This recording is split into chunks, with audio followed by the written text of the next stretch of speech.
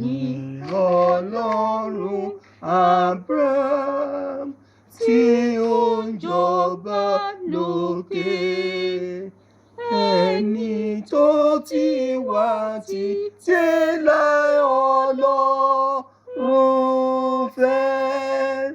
Jehovah lálẹ́ mi, gbogbo ẹ̀dá jẹ́wọ́. Mo fi bùkún orúkọ rẹ títí láéláé.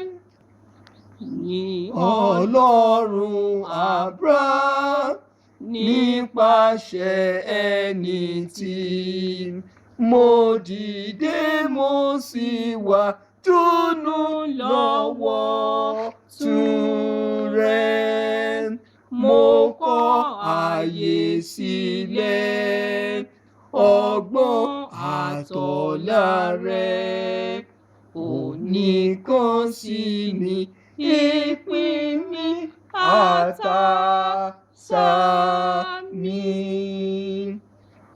Ọ̀nà tí ṣèlérí, mo gbẹ́kẹ̀lé èyí. Mo fi ìyẹ́ ìdí gòkè lọ sí ọ̀run. Wọ́n máa wo ojú rẹ̀, wọ́n sì yìn ipa rẹ̀. Mo kọrin ìyanu lóòrọ̀fẹ́ títí láéláé.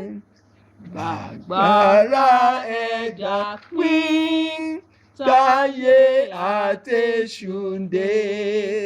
Mo dojúkọ ọ̀nà Kénáánì nípasẹ̀ rẹ̀. Wọ́n ré odò kọjá bí Kristi wà lọ́kàn. Mo kọjá nú igbó dídí lọ́sọ̀nà mi.